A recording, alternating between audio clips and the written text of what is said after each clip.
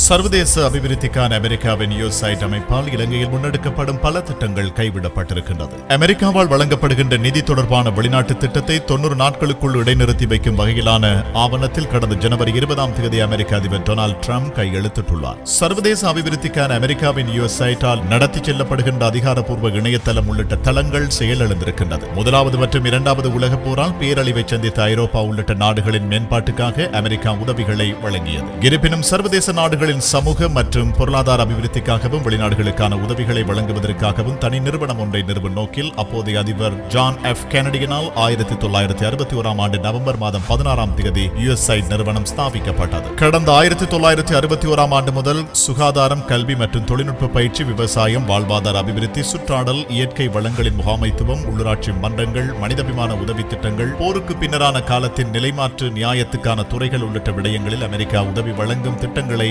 நாட்டுக்குள் முன்னெடுத்திருந்தது. இலங்கையில் முன்னெடுக்கப்படுகின்ற இந்த திட்டங்களுக்காக சுமார் 2 பில்லியன் அமெரிக்க டாலர்கள் வழங்கப்பட்டுள்ளதாக சர்வதேச அபிவிருத்திக்கான அமெரிக்க நிறுவனமான யுஎஸ்ஐட் ஃபேஸ்புக் பக்கத்தில் குறிப்பிட்டுள்ளது. இலங்கை அரசாங்கம் மற்றும் அரசு சார்பற்ற அமைப்புகளுக்கு திட்டங்களை நடைமுறைப்படுத்த நிதி உதவிகளை இந்த நிறுவனம் வழங்கியிருக்கிறது. சர்வதேச அபிவிருத்திக்கான அமெரிக்க நிறுவனத்தினால் இலங்கையில் நடைமுறைப்படுத்தப்பட்டுள்ள திட்டங்களுக்காக வழங்கப்படுகின்ற நிதி உதவி இடைநிறுத்தப்பட்டுள்ளமையினால் அந்த திட்டங்களில் பணியாற்றிய நபர்களின் தொழில் வாய்ப்பில் சிக்கல் ஏற்பட்டுள்ளதாக சட்டம் மற்றும் சமூக பொறுப்பு திட்டத்தின் பணிப்பாளர் சந்துன் துடுகல தெரிவித்துள்ளார். யுஎஸ்ஐட் மட்டுமன்றி மேலும் பல பிரிவுகள் மூலம் வெளிநாடுகளுக்கு உதவிகளை அமெரிக்கா வழங்கி வருகின்றது. இந்த குறிப்பிட்ட நிறுவனமானது அரசு மற்றும் அரசு சார்பற்ற திட்டங்களுக்கு நிதி உதவிகளை வழங்குகின்றது. எனினும் நேரடியாகவோ அல்லது மறைமுகமாகவோ நிதியை பெற்றுக்கொண்டு சேவைகளை வழங்கும் நடவடிக்கைகள் முன்னெடுக்கப்படுகின்றன என்று அவர் தெரிவித்துள்ளார். அவரின் கூற்றின்படி அதனூடாக மனித உரிமைகள், வாழ்வாதாரம், முன்னேற்றம், ஜனநாயகம் உள்ளிட்டவற்றுக்கான பாரிய அளவிலான நிதி யுஎஸ்ஐட் நிறுவனத்தால் வழங்கப்படுகின்றது. மேற்கொண்டு பேசிய அவர் தற்போதுள்ள நிலைமையின் பிரகாரம் 90 நாட்களுக்குள் நிதி வழங்கும் நடவடிக்கைகள் நிறுத்தப்பட்டுள்ளன. யுஎஸ்ஐட் நிறுவனத்தின் இணையவழி நடவடிக்கைகளும் இடைநிறுத்தப்பட்டுள்ளது. இதனால் நிச்சயமற்ற நிலைமை ஏற்பட்டுள்ளது. இதன் கீழ் செயற்படுத்தப்படும் திட்டங்களில் 1000க்கும் மேற்பட்டோர் சார்ந்துள்ளனர். சமூகத்துடன் நேரடியாக தொடர்புபட்டு முன்னெடுக்கப்பட்ட திட்டங்கள் தற்போது இருக்கின்றன. தற்போதுள்ள நிலைமையின் பிரகாரம் இந்த திட்டங்களில் வேலை செய்வோருக்கு என்ன நடக்கும் என்று சரியாக கூற முடியாதுள்ளது. அதனால் திட்டங்களுக்கும் வேலைகளுக்கும் நேரடியாகவே பாதிப்பு ஏற்பட வாய்ப்புள்ளது என்று தெரிவித்தார். புதிய அரசாங்கம் அதிகாரத்துக்கு வந்ததுடன் புதிய சட்டங்கள் வகுக்கப்படும்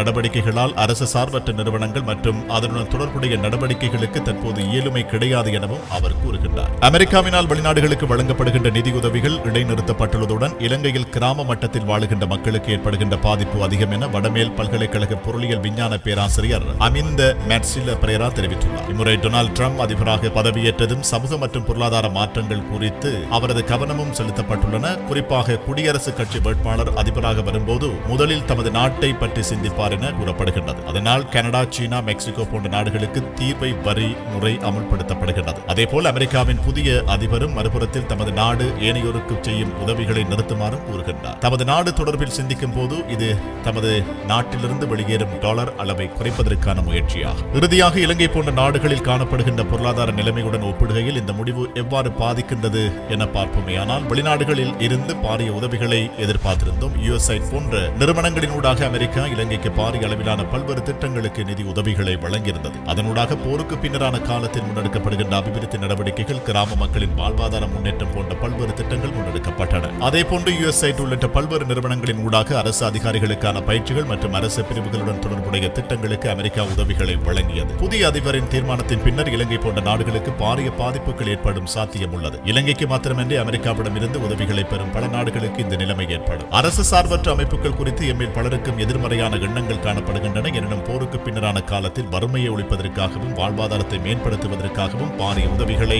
இந்த அமைப்புகள் முன்னெடுத்திருந்தன. தற்போது காணப்படுகின்ற திட்டங்கள் நிறுத்தப்படுவதன் ஊடாக அதன் பாதிப்புகள் அதிக அளவில் காணப்படும் என பேராசிரியர் குறிப்பிடுகின்றார். அமெரிக்காவின் உதவி திட்டத்தின் கீழ் இலங்கையில் நடைமுறைப்படுத்தப்பட்டுள்ள யுஎஸ்ஐட் திட்டம் தொடர்பில் எழுந்துள்ள பிரச்சினை குறித்து இலங்கைக்கான அமெரிக்க தூதரகத்திடம் கீழ்காணும் கேள்விகளை எழுப்பியுள்ளது. இலங்கையில் ஸ்தாபிக்கப்பட்டுள்ள யுஎஸ்ஐட் திட்டத்தில் எத்தனை பேர் பணியாற்றுகின்றனர்? தற்போது செயல்படுத்தப்பட்டு வருகின்ற திட்டங்களின் எண்ணிக்கை எத்தனை? தற்போது செயல்படுத்தப்பட்டுள்ள திட்டங்கள் முழுமையாக இடைநிறுத்தப்பட்டுள்ளனவா? அந்த திட்டங்களை மீள செயற்படுத்துவதற்கான சந்தர்ப்பம் இருக்கின்றதா? இந்த கேள்விகளை தாம் வாஷிங்டனுக்கு அனுப்பி வைத்துள்ளதாகவும் அதற்கான பதிலை அங்கிருந்து தாம் எதிர்பார்த்துள்ளதாகவும் இலங்கைக்கான அமெரிக்க தூதரகத்தின் ஊடக பேச்சாளர் பதிலளித்துள்ளார். அமெரிக்க அரசாங்கத்தின் பிரதான வெளிநாட்டு உதவி திட்ட நிறுவனத்தின் எதிர்காலம் தொடர்பில் எழுந்துள்ள நிச்சயமற்ற நிலைமையானது உலகம் முழுவதும் அதிர்வலைகளை ஏற்படுத்தியிருக்கின்றது. அமெரிக்க அதிபர் டொனால்ட் ட்ரம்ப் மற்றும் அவரது உயர்நிலை ஆலோசகரான ஈலோன் மஸ்க் ஆகியோரால் இந்த உதவி திட்ட நிறுவனம் குறித்து கடும் விமர்சனமும் முன்வைக்கப்பட்டுள்ளது. இந்த நிறுவனம் மூடப்படுகின்றமை பாரிய தாக்கத்தை ஏற்படுத்தும் என பலர் அச்சம் வெளியிட்டுள்ளனர். இது ஏன் சர்ச்சையை ஏற்படுத்த ஏற்படுத்தியுள்ளது. இதிலுள்ள அபாய நிலைமை என்ன? இதை அமெரிக்க அரசு மூடுவதற்கு திட்டமிட்டுள்ளதாக மஸ்க் தெரிவித்துள்ளார். அமெரிக்காவின் வெளிநாட்டு உதவி திட்ட நிறுவனமானது தீய குற்றவியல் அமைப்பு மற்றும் தீவிர இடதுசாரி அரசியல் மனோநிலை என அவர் தனக்கு சொந்தமான எக்ஸ் தளத்தில் குறிப்பிட்டுள்ளார். இந்த நிறுவனம் கடும் இடதுசாரி வெறியர்களினால் நடத்தப்பட்டு வருவதாகவும் கடும் மோசடி நடவடிக்கைகளில் இருந்து விடுபடுவதாகவும் அதிபர் டொனால்ட் ட்ரம்ப் குற்றம் சுமத்துகின்றார். ஆனாலும் அவர் பெயர்களையோ அல்லது வேறு தகவல்களையோ வெளியிடவில்லை.